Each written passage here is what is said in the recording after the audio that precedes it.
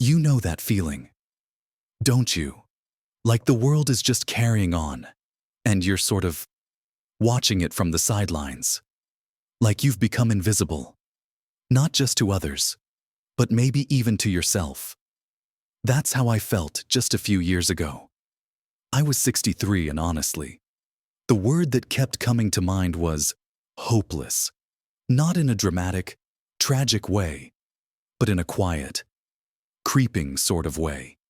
Getting out of bed felt like a chore. Finding the energy to do anything beyond the absolute necessities seemed impossible. My body ached, my mind felt fuzzy, and the joy I used to find in simple things had just evaporated. It was a heavy blanket draped over everything. I looked in the mirror and saw someone I barely recognized. Tired, defeated, adrift, I thought. Is this it? Is this what getting older is? It felt like I was just waiting. Waiting for, well, I didn't even know what, just waiting for time to pass. But then, something shifted. I stumbled upon some incredibly simple ideas, things that didn't seem like much on their own. But together, they completely changed everything. They lifted that blanket. They brought back energy, clarity, and most importantly, hope. I want to share what I discovered with you. These aren't complicated fixes or expensive treatments. They're just a few simple habits and shifts that, honestly, surprised me with their power. Hang on until the very end, because there's one thing I'll share that truly was the turning point for me. Something that might surprise you too. That feeling of being stuck, of hopelessness. It becomes your normal, doesn't it?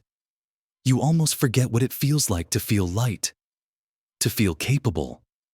For me, the turning point wasn't some grand decision or a sudden burst of motivation. It was born out of pure frustration. I was just so tired of being tired, so fed up with feeling low.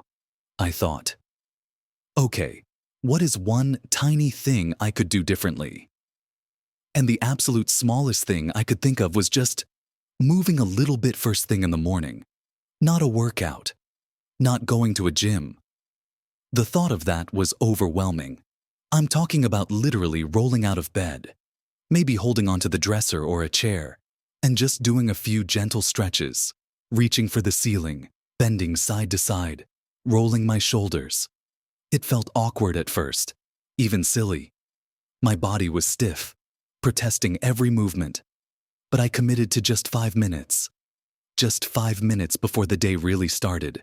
And you know what? After a week or two, those 5 minutes started to feel a little less stiff. I noticed a tiny flicker of something different. It wasn't energy exactly. Not yet. It was more like less resistance. My joints didn't ache quite as much in those first few minutes of the day. It was such a small change, almost insignificant. But it was the first pebble dropped into the still water. Following that tiny bit of movement, another simple idea came to me. I'd read somewhere about the importance of hydration, but I always dismissed it. Water felt boring. I preferred my tea or coffee. But I thought, if I'm trying this 5 minutes of stretching, maybe I could try one other small thing. So, I started keeping a glass of water by my bed. The rule was simple before I did anything else. Before the tea kettle went on. Before checking emails. Before letting the dog out. I had to drink that glass of water. It felt strange at first, drinking cold water right away. But very quickly, I noticed another subtle shift. My mouth didn't feel quite so dry, and that initial morning fogginess seemed to lift a tiny bit faster. It wasn't a magic cure, but combined with the gentle movement, it was another small step. These weren't big, heroic efforts. They were almost laughably simple. Yet, they required consistency. 5 minutes of stretching, 1 glass of water, every single morning. It built a tiny bit of momentum.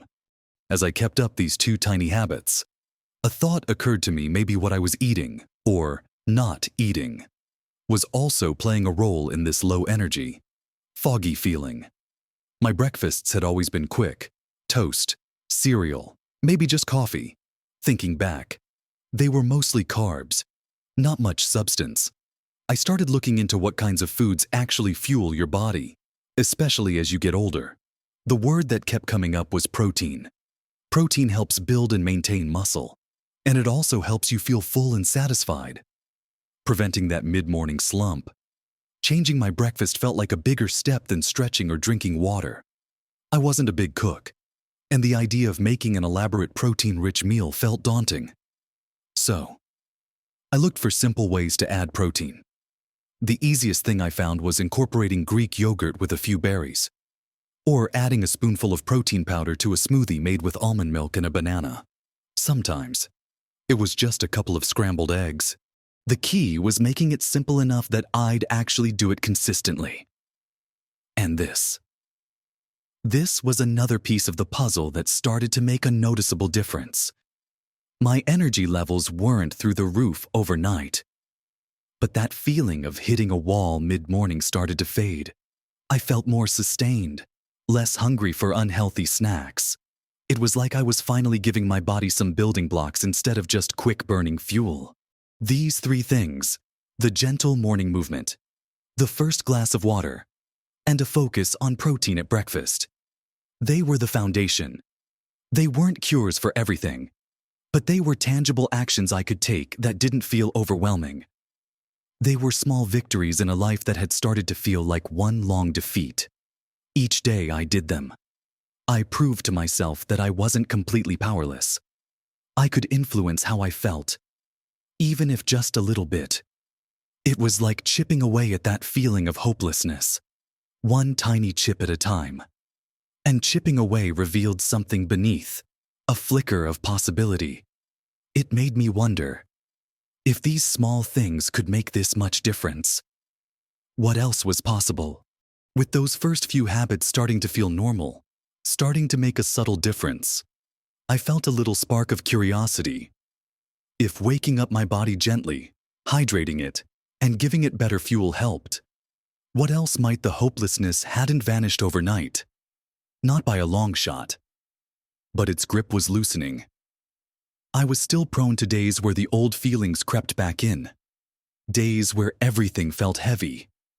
It was on one of those days, feeling particularly low and isolated, that I realized maybe the problem wasn't just physical.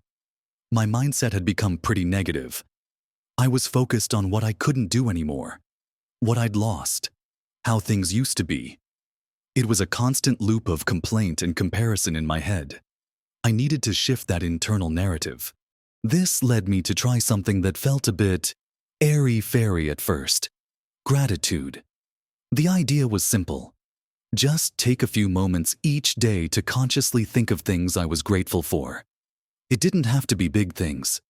It could be the warm mug in my hands, the sunbeam through the window, a comfortable chair, the taste of my tea. Just small, simple things I usually took for granted. At first, it felt forced. My mind wanted to jump back to the worries and complaints. But I persisted. Just for a few minutes each morning or evening.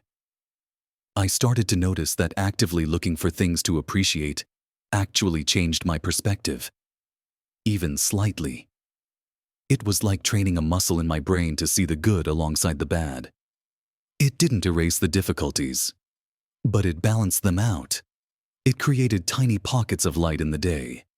This simple practice, focusing on gratitude, started to chip away at the mental fog and the negative self-talk that had been a constant companion. It shifted my focus from what was wrong to what was still right. It was a powerful reminder that even when things felt bleak, there was still beauty and goodness to be found. Feeling a little more grounded, a little less swamped by negativity, I started to notice another part of my life that had withered connection.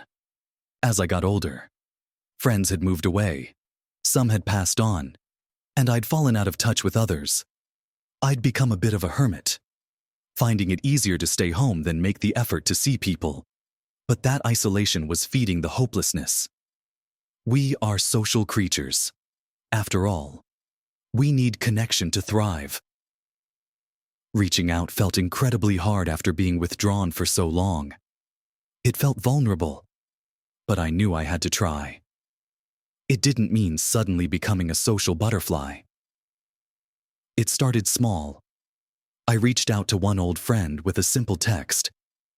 I made a point of smiling and saying hello to my neighbors instead of just nodding. I looked for local groups that interested me, a book club at the library, a walking group in the park. The first steps were awkward, sometimes even felt a bit disappointing, but gradually, slowly, these small efforts started to rebuild threads of connection, meeting up for a coffee, sharing a laugh over a book, walking alongside someone and talking about our day. These interactions, however brief, chipped away at the loneliness. They reminded me that I wasn't alone in the world, that there still were people who cared, and that I still had something to offer. Reconnecting with others, even in small ways, was like watering a plant that had been left to dry out. It brought back life as the days turned into weeks, and these new habits, movement, hydration, better food, gratitude, connection, started to weave together. I began to notice something else that had been deeply affecting me: my sleep, or lack thereof. I'd spend hours tossing and turning, my mind racing, waking up feeling just as tired as when I went to bed. Poor sleep affects everything: energy levels, mood, clarity of thought. I knew I needed to address this, but how? I decided to create a simple bedtime routine. Nothing complicated. It started an hour before I wanted to sleep. I'd dim the lights, turn off screens, or at least put my phone on silent and far away, and do something quiet and calming. Sometimes it was reading a physical book, sometimes listening to gentle music, sometimes just sitting quietly and focusing on my breath. I also made sure my bedroom was dark, quiet, and cool. I wasn't aiming for perfection, just consistency. Doing these simple things signaled to my body that it was time to wind down. It wasn't a magic switch, and there were still nights when sleep was elusive. But overall, the quality of my sleep started to improve. I wasn't waking up feeling quite so groggy and depleted. Better sleep fed into having more energy for the morning movement, more mental clarity for practicing gratitude, and more willingness to reach out to people. It was all interconnected. These 3 additional steps: shifting my mindset with gratitude, actively seeking connection, and creating a simple sleep ritual, built upon the foundation of the first 3, propelling me further away from that feeling of being stuck and hopeless. They weren't giant leaps, but consistent, gentle pushes forward. So, I had these simple habits in place, starting the day with a bit of gentle movement and a glass of water, making sure my first meal had some good protein, spending a few minutes finding things to be grateful for, making an effort to connect with others, and trying to create a peaceful wind down before bed, individually. None of them seemed like a miracle cure. 5 minutes of stretching isn't going to suddenly make you feel 20 again. 1 glass of water won't erase years of fatigue. But together, the effect was profound. It wasn't an overnight transformation. Not at all. It was gradual, subtle, like the slow turning of a massive ship. But after a few months of consistently, imperfectly, applying these simple things, I looked back and realized I wasn't that same hopeless person anymore. The heavy blanket had lifted. I had more energy throughout the day. Not boundless, youthful energy, but enough to do the things I wanted to do, to pursue little interests that had been collecting dust. My body felt less like a burden and more like something capable. The aches and stiffness hadn't vanished entirely, but they were less prominent, less debilitating. My mind felt clearer. The fog seemed to lift. I could focus better, remember things more easily. That negative internal chatter hadn't disappeared completely. It still pipes up sometimes, but it no longer dominated my thoughts. The practice of gratitude had genuinely rewired my brain to look for the good, to appreciate the present moment. I felt more resilient, better equipped to handle the inevitable bumps in the road. The loneliness that had been a dull ache had lessened. Reconnecting with friends and finding new ways to engage with people brought back laughter and shared experiences that I hadn't realized how much I'd missed. And the improved sleep meant I was starting each day from a better place, more refreshed and ready to face whatever came my way. Beyond these specific habits, the biggest change was internal. That feeling of hopelessness had been replaced by a quiet sense of agency. I realized I wasn't just passively waiting for life to happen to me. I could actively participate. I could influence how I felt, physically and mentally. Taking these small, consistent actions gave me back a sense of control and capability that I hadn't had in years. It showed me that aging doesn't have to be a one-way slide into decline. It can still be a time of growth, of discovery, of finding joy in simple things. I even started exploring new things, like learning a new simple skill online or joining a local group focused on something I was curious about. That desire to learn and engage, that had felt dormant, was reawakened by the energy and clarity these habits provided. It's like these simple practices created the fertile ground for other good things to grow. If you're feeling that same way I felt at 63, tired, invisible, like hope is a distant memory, please know that you are not alone.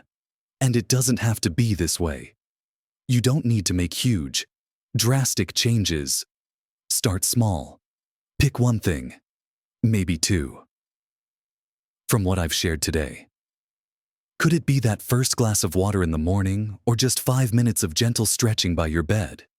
Could it be adding a little protein to your breakfast or simply taking a moment to find one small thing to be grateful for? Could you send one text to an old friend or try to get to bed just 15 minutes earlier tonight? These small steps, taken consistently, truly can make a difference. They build on each other.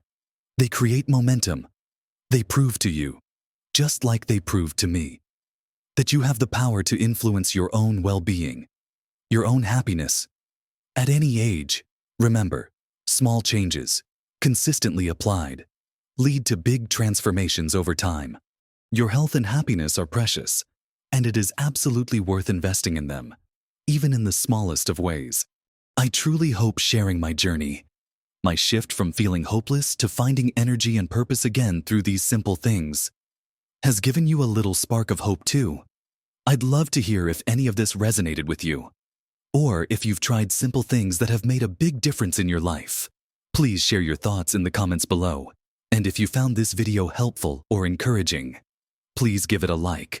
It helps others who might need this message find it. And consider subscribing to the channel. I share more ideas and experiences focused on living well and finding joy as we navigate this wonderful stage of life. Thank you for watching, for spending this time with me. Remember, it is never too late to start. Live your best life, filled with hope and possibility, at every age.